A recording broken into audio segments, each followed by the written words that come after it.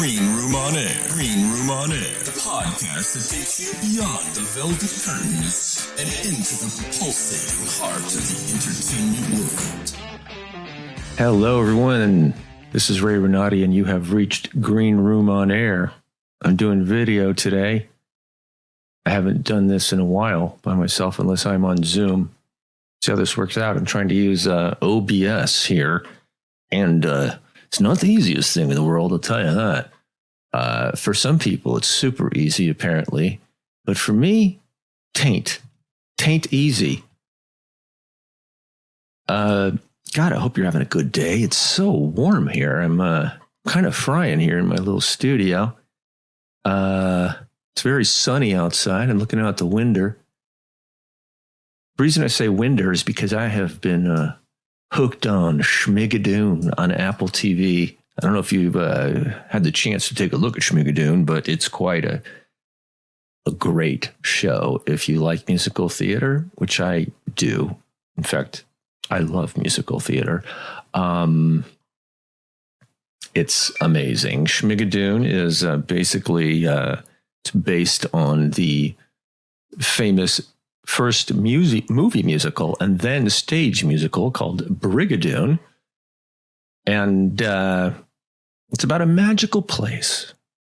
And in our story, Schmigadoon, a couple having trouble with their relationship, fall upon the land of Schmigadoon, where life is a musical. That's season 1. And then season 2 is it's Schmigadoon in Chicago. What's it called? Anyway, it's more modern musicals instead of the old-fashioned ones from the 30s and 40s and 50s. It's more the musicals from the era after that, like Cabaret in Chicago, and has a totally different feel. I'm in love with this show. It's been on for a while. I'm behind the 8 ball. Check it out, Schmigadoon, 2 seasons. Well, we lost 2 great people this week. Tony Bennett, who's one of my idols and has been for a long time. I've seen him live once, and it was one of the most memorable concerts I think I'll ever go to in my life. It was at Davies Symphony Hall in San Francisco, and it was magical. It's the only time that I saw a person get a standing ovation in the middle of a song, and he had to stop singing. I've never seen that before. I found that quite amazing. I'm going to change my audio levels here. You know, I just am really a novice on this OBS. OBS is a way for you to have like a complete recording studio for free on your desktop. Except it's really nerdish. I don't know what it stands for, OBS. You know, with all the video podcasting and audio podcasting out there, you'd think that's probably out there. I think there are some things that are super easy to use, but they cost a lot of money, and this one's free. And since I'm a notorious cheapskate, because I'm learning, folks. You know, the other person that we lost this week, and I'm not sure what happened, and I don't think anybody does, is Sinaed O'Connor. And I mean, what a amazing person she was. I mean, a lot of people didn't like her. She caused a lot of controversy in her life. I loved her. I thought she was a true artist, and in the true sense of the word. You know, she was herself 100%. And she was very idealistic and very values driven, an incredible, talented human being. Her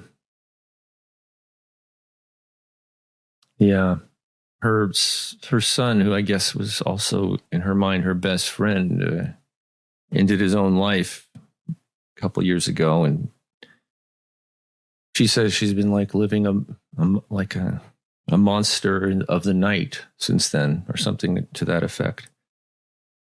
And it's very sad. I'm looking right here. Morrissey slams Sinaed O'Connor tributes.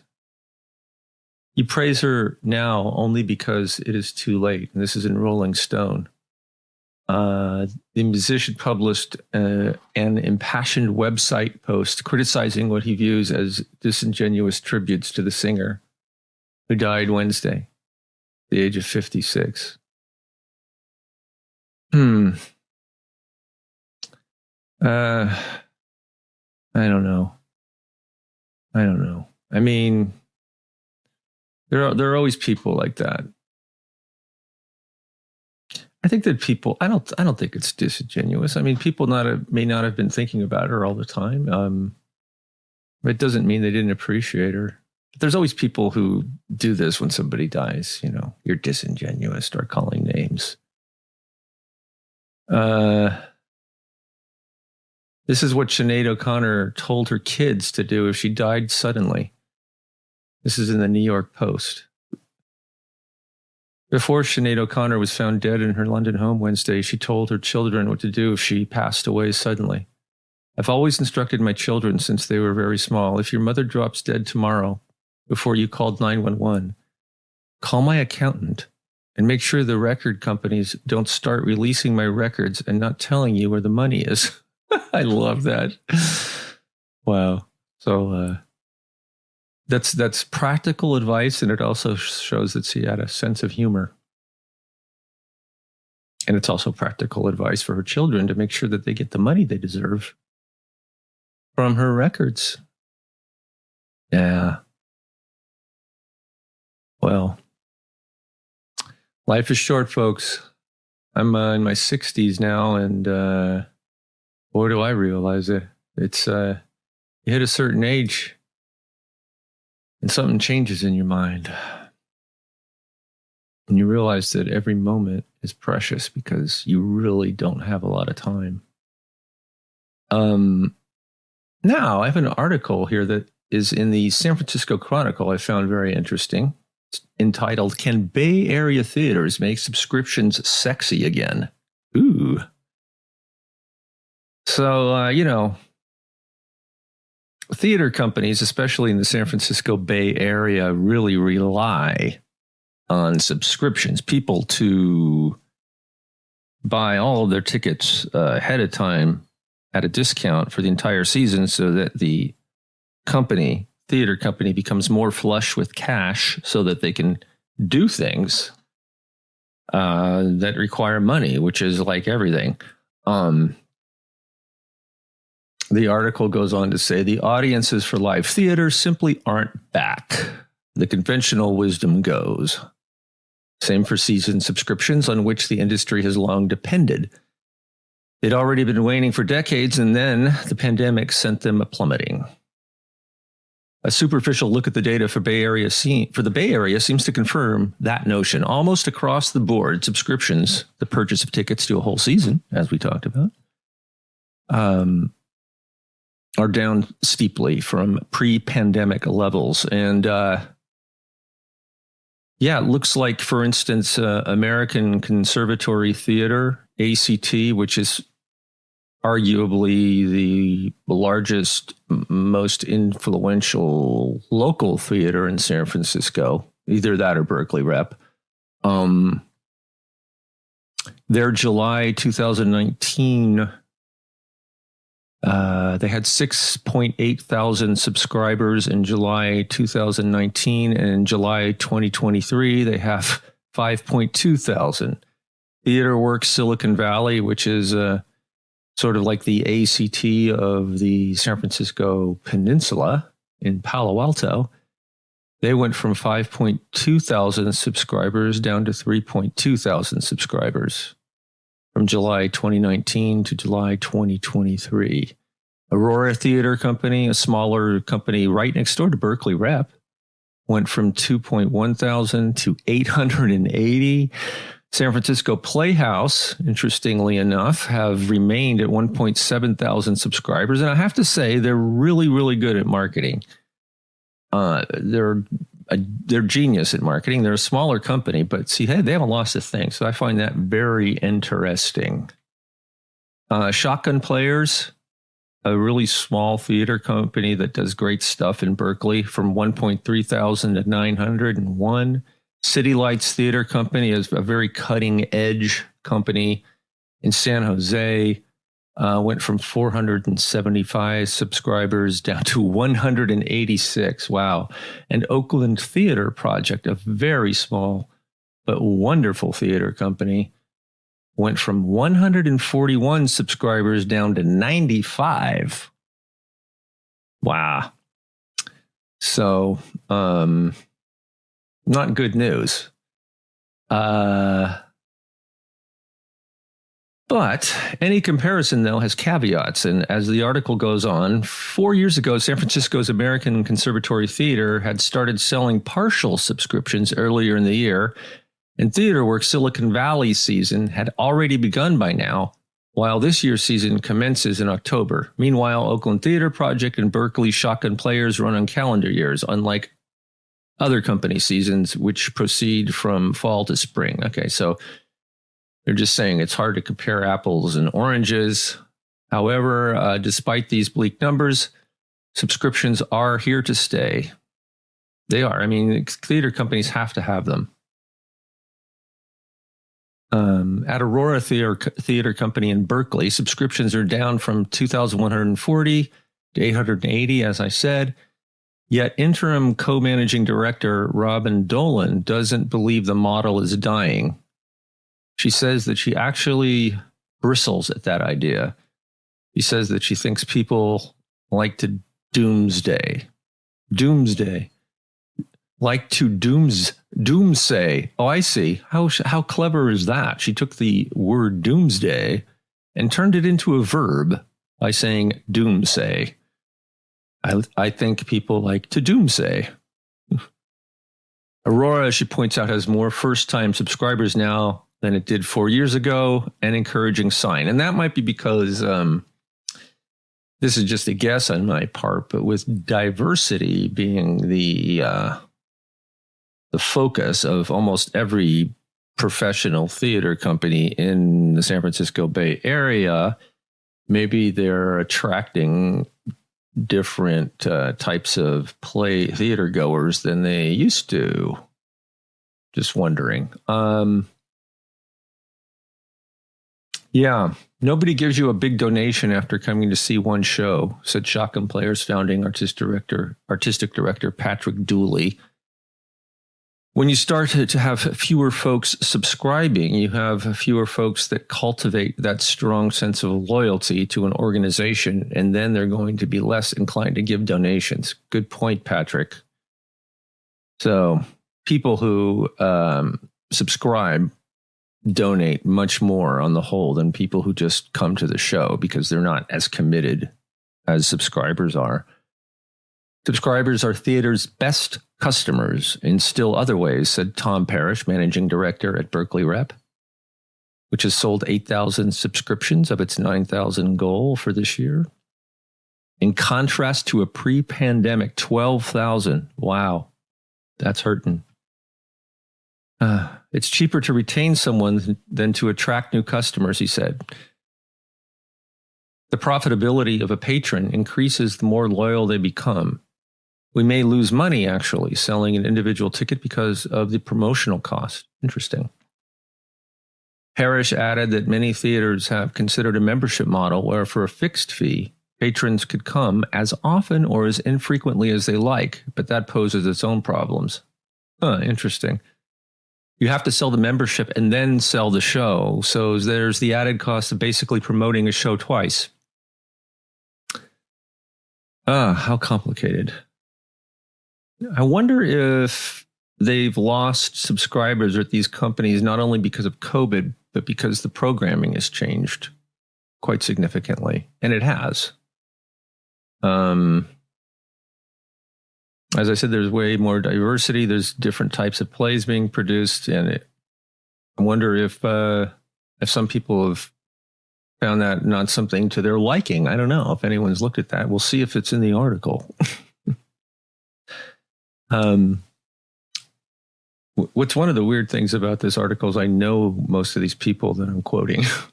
Subscriptions aren't just about the money, pointed out Lisa Millette, executive director of San Jose City Lights Theater Company.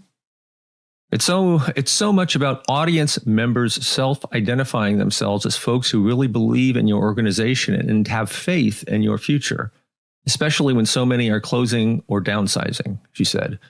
Without subscribers, she went on, we'd be throwing more spaghetti against the wall, not knowing whether choices are resonating. I see. Yeah.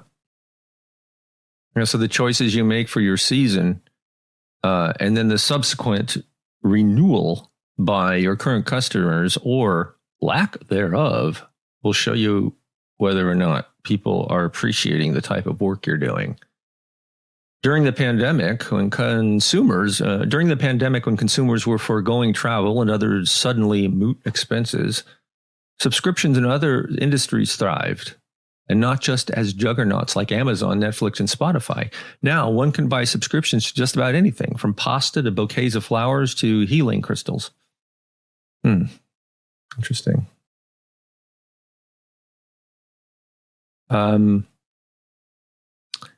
There should be some special sauce or source of delight. In theater, she added, and this is a woman named Connery, Amy Connery, founder of the Subscribed Institute, the think tank of Redwood City software company Zuora.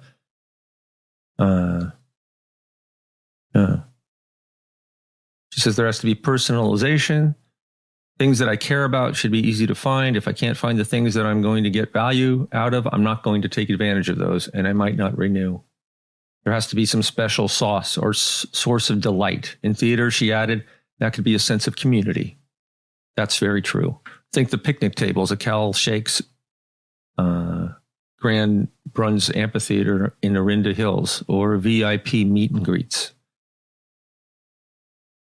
The personalization factor might be one area of growth for the performing arts. I agree with that. I agree. I think that if people feel like they're part of a community, they'll be much more apt to subscribe to something. Theaters can't know when individual audience members have stopped paying attention, the same way Netflix knows when a user stops streaming a show. Nor can they afford teams of data scientists to crunch numbers and design algorithms. That's the big problem. It's crunching the data is hard. And, I have to say, probably most people who run theater companies aren't the best at running complex spreadsheets. Not that we would want performance lineups planned by robots anyway. And a 6-show season, say, isn't going to offer audiences the same array of choices as a library of films and TV.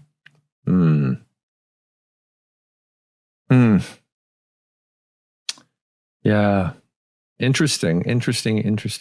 But that doesn't mean theaters can't do more to highlight what might interest you. For instance, if you loved Madeline George's Hurricane Diane at the Aurora, you might want to know that it's going to cast Louisa Sermall again in Show X, whoever that is, offer a more whimsical sex comedy in Show Y, or host a meetup with drink specials for patrons in your age bracket for Show Z. Gardening and HGTV fans would be a great affinity group for Hurricane Diane, for example. Now, see, I don't agree with any of that. First of all, the first mistake that they're making here, and I see this a lot in San Francisco, for instance, this statement: if you love Madeline George's Hurricane Diane at the Aurora, you might want to know that it's going to cast Louisa Sermall again in Show X. Okay, first of all, Louisa Sermall is not a celebrity. I'm sure that she's an absolutely wonderful actor. I don't even know who she is. Yes, I do. I see her picture. Okay, I've seen her around. But I don't believe that there are that many people in the Bay Area who keep track of specific actors and make sure that they go see all of their shows. I just don't believe that. And I think that San Francisco is somewhat full of itself when they think that that's true.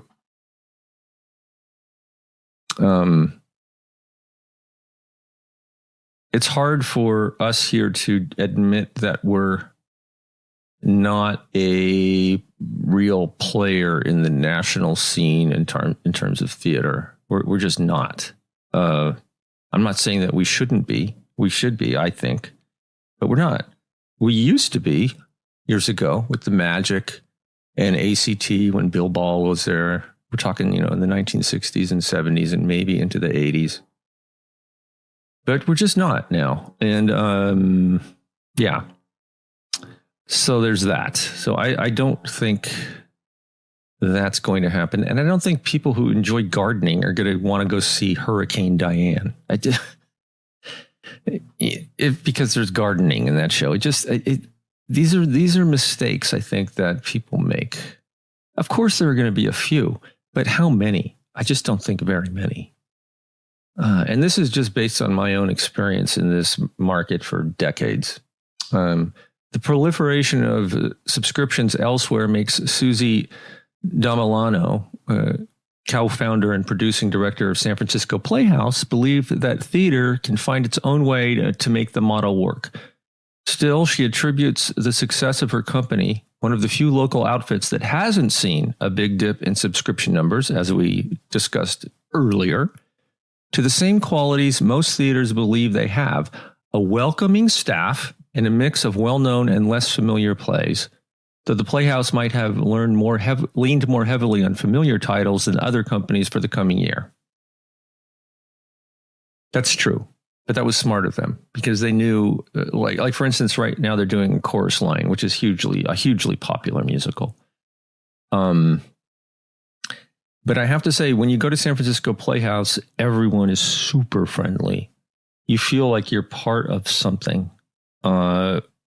The speeches that they give before each play are heartfelt and passionate, and they really draw you in, and you want to come back. Yeah. Also, they have the most amazing location in San Francisco. It's right near ACT, and it's a smaller house, so they can fill it up. It's hard for ACT to fill up their house because it's thousands of seats, I think. Damilano said that at curtain speeches before most performances, but subscribers know that we think they're the greatest human beings alive. See, there you go. I just said that. Now I'm reading it. And they do. Because you feel like you're at church when you go to SF Playhouse. And you know that the people running it believe it to be their church.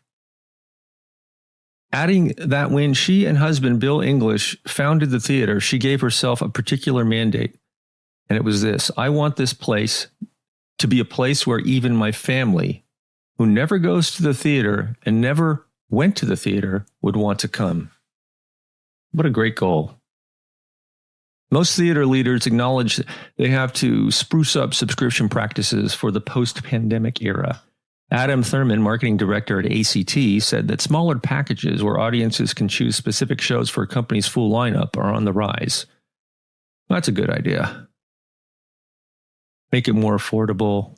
I've seen those before. There was a time when companies did that a lot. In fact, my company that I used to help run, the Pear Theater, we had partial subscriptions for a long time. There are a lot of preconceptions of how subscriptions used to be in their rigidity, Parrish said, referring to how patrons would get locked into show dates more than a year in advance. Now many theaters emphasize that subscriptions are the only way to get both good seats and the option of free last-minute ticket exchanges. Well, that's been going on. There's nothing new about that. Patrick Dooley at Shotgun said, how do we make subscriptions sexy?